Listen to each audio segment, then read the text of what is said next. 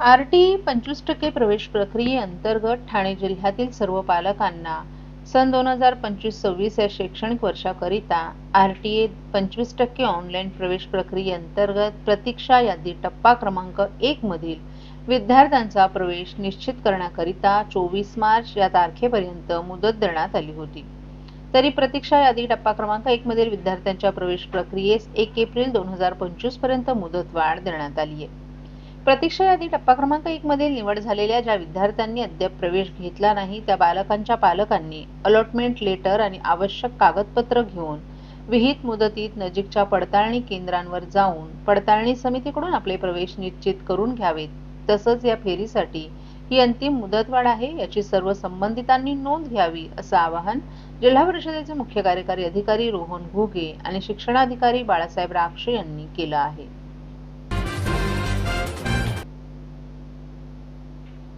नव्या बांधकाम प्रकल्पांचं केंद्र ठरत असलेल्या घोडबंदर भागात बिल्डरांच्या गृहप्रकल्पांना खेटून नाल्यांची उभारणी करणं तसंच त्या प्रकल्पांना नाहरकत दाखले देण्यासाठी मलविस्तारण विभागातील वरिष्ठ अधिकाऱ्यांमध्ये चढाओढ सुरू असल्याचा धक्कादायक प्रकार उघडकीस आलाय. घोडबंदर परिसरासाठी नियुक्त करण्यात आलेल्या एका उपअभियंत्याला डावलून अभियंता विभागातील काही वरिष्ठ अधिकाऱ्यांनी दुसऱ्याच परिसराचा कारभार असलेल्या एका उपअभियंत्यानं वर्षभरात 21 बिल्डरांच्या प्रकल्पांना परस्पर परवानगी दिल्याचा प्रकार उघडकीस आलाय. घोडबंदर विभागाची जबाबदारी ज्या अभियंत्यावर आहे त्याने यासंबंधीच्या तक्रारींचा पाढाच महापालिका शहर अभियंता विभागाकडे पत्राद्वारे वाचल्यानं हा सावळा गोंधळ उघड झाला असून ठाणे महापालिकेत यामुळे आणखीन एक घोटाळा या लेटर बॉम्बमुळे चव्हाट्यावर येण्याची चिन्ह दिसू लागली आहेत. ठाणे महापालिका क्षेत्रातील नाल्यांची बांधणी करणं, विकास प्रस्तावांना नाहरकत तसंच पूर्णत्वाचा दाखला देणं अशी कामं मलनिस्सारण विभागामार्फत करण्यात येतात. या कामांसाठी ठाणे महापालिकेनं प्रभाग समिती न्याय अभियंत्यांची नेमणूक केली आहे. त्यांच्याकडे बिल्डरांचे विकास प्रस्ताव दाखल झाल्यानंतर अटी आणि शर्तींची पूर्तता केली आहे की नाही याची पाहणी करूनच नाहरकत तसंच पूर्णत्वाचा दाखला देण्याची जबाबदारी असते. याशिवाय या भागात पावसाळ्यात पाणी साचून पूर परिस्थिती निर्माण होऊ नये यासाठी नाले बांधणीची कामं करणं अशी ही जबाबदारी असते. ही कामं करण्यासाठी घोडबंदर विभागासाठी एका उपअभियंत्यांची यापूर्वीच नियुक्ती करण्यात आली आहे. यासंबंधीच्या परवानग्या या अभियंत्यांच्या देखरेखीखाली पहिल्या टप्प्यात दिल्या जाव्यात अशी कामकाजाची पद्धत आहे. मात्र असं असताना घोडबंदर भागातील बड्या बिल्डरांना परवानग्या तसंच नाहरकत दाखले देताना नियमांची पायमल्ली केली गेल्याची तक्रार या उपअभियंत्यानं वरिष्ठ अधिकाऱ्याकडे केली असून पावसाळ्यात पूर परिस्थितीसारखे प्रकार यामुळे घडू शकतात अशी भीती पत्राद्वारे त्यांनी उपस्थित केली आहे.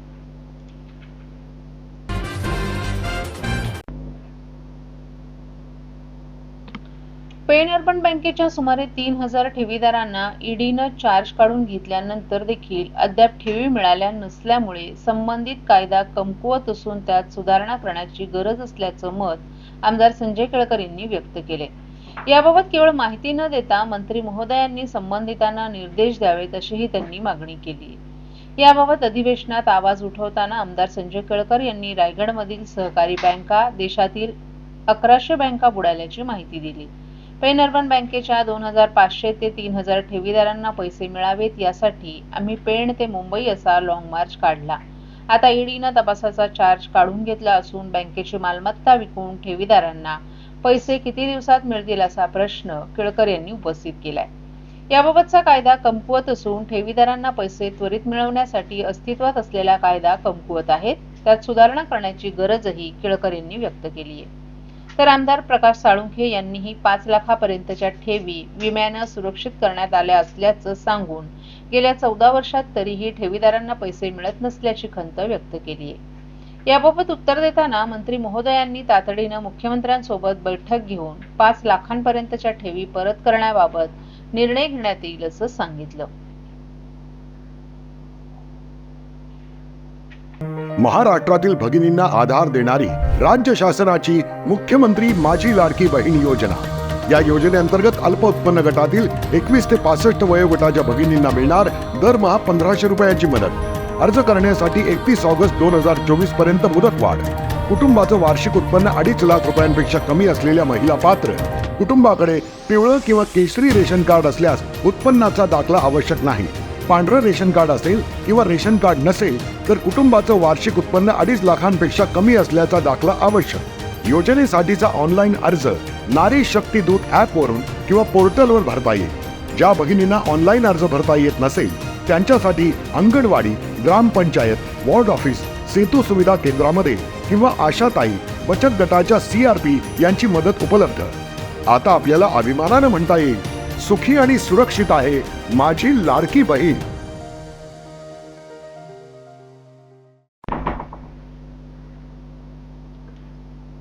दोन 2020-21 पासून मुरबाडमधील भात उत्पादक शेतकऱ्यांचा रखडलेला बोनस लवकरच शेतकऱ्यांच्या खात्यात जमा होणार आहे. आमदार संजय केळकर यांनी अधिवेशनात वाचा फोडल्यानंतर मंत्री महोदयांनी याबाबत माहिती दिली आहे.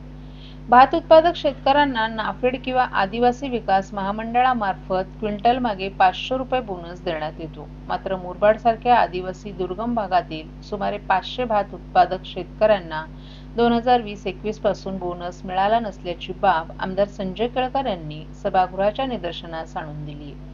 ऑनलाईन नोंदणी करताना अडथळे निर्माण झाल्यानं या शेतकऱ्यांचा लाखो रुपयांचा बोनस रखडला असून मुरबाड भात उत्पादक संघटनेनं शासनाकडे याबाबत पाठपुरावा केला होता. मात्र अद्याप त्यावर निर्णय झाला नसल्याचं सांगून केळकर यांनी या बोनससाठी वित्त विभागानं मंजुरी दिली आहे का आणि बोनस कधीपर्यंत मिळेल असे प्रश्न सभागृहात उपस्थित केले.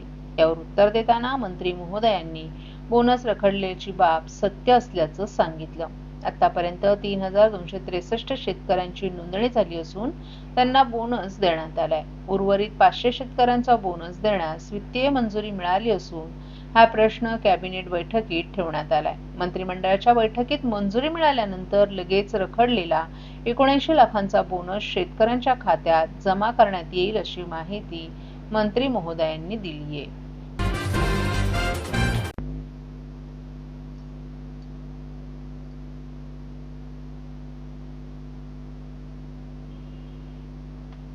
शिक्षण खाते ठरल्याप्रमाणे 7 एप्रिल पासून नवीन शैक्षणिक वर्ष सुरू करण्यास मोकळं झालं आहे. यासंबंधी न्यायालयाला सादर करण्यात आलेला मसुदा अधिसूचित करण्यास न्यायालयानं परवानगी दिली असून पालकांची याचिका फेटाळण्यात आली आहे.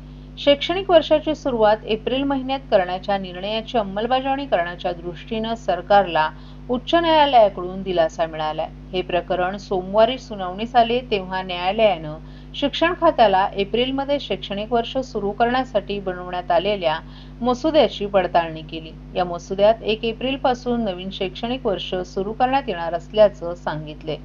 सुनावणी दरम्यान सरकारतर्फे न्यायालयाला माहिती देताना सरकारच्या नवीन धोरणाचा मसुदा लोकांना सूचना आणि हरकतींसाठी खुला करण्यात आल्याचं तसंच या मसुद्यावर लोकांना 27 एप्रिल पर्यंत हरकती नोंदवण्यास मुदत दिल्याचं न्यायालयाला सांगण्यात आलं. या प्रकरणात लोकांकडून हरकती आणि सूचना मागवण्यात आल्या असून 27 मार्च पर्यंत त्या घेतल्या जातील अशी माहिती सरकारकडून न्यायालयाला देण्यात आली आहे. या निवेदनानंतर न्यायालयानं शिक्षण खात्याला हिरवा कंदील दाखवताना प्रक्रिया पूर्ण करून लवकर मसुद्यातील नियम अधिसूचित झाल्यास एप्रिलच्या पहिल्या आठवड्यात शैक्षणिक वर्षाची सुरुवात केली जाऊ शकते असंही न्यायालयानं सांगितले. एप्रिल महिन्यात शैक्षणिक वर्ष सुरू करण्याविरोधात हरकत घेणाऱ्या पालकांच्या याचिकेत करण्यात आलेल्या हरकती न्यायालयानं फेटाळल्यात. हा सरकारचा धोरणात्मक निर्णय असल्याचंही सुनावलंय. न्यायालयाकडून या प्रकरणातील याचिका निकालात काढण्यात आली आहे. शिक्षण खात्याकडून हाती घेण्यात आलेली प्रक्रिया पूर्ण करून ती अधिसूचित करण्यासाठी न्यायालयानं परवानगी दिली आहे. शाळा सुरू करताना ही परवानगी शिक्षण खात्यासाठी हिरवा कंदील ठरली आहे. ही प्रक्रिया योग्य वेळेत पूर्ण झाल्यास शिक्षण खाते नियोजित धोरणानुसार एप्रिलच्या पहिल्या आठवड्यातच शैक्षणिक वर्षाची सुरुवात करू शकणार आहे.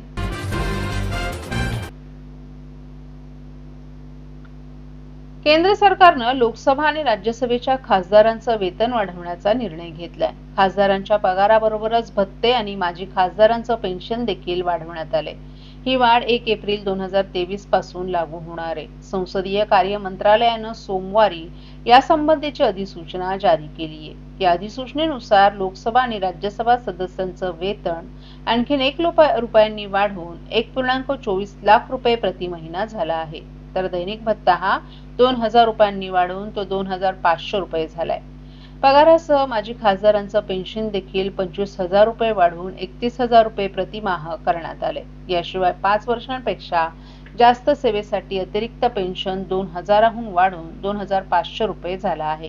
हा निर्णय संसदेच्या बजेट सेशन दरम्यान घेण्यात आलाय. यापूर्वी पगार आणि भत्त्यांमध्ये झालेली वाढ ही एप्रिल 2018 साली करण्यात आली होती. 2018 मध्ये खासदारांचं मूळ वेतन 1,00,000 रुपये महिना निश्चित करण्यात आलं होतं. याचा उद्देश त्यांचा पगार, महागाई आणि उदरनिर्वाह यासाठी लागणाऱ्या खर्चात झालेली वाढ याच्या प्रमाणात असणार आहे.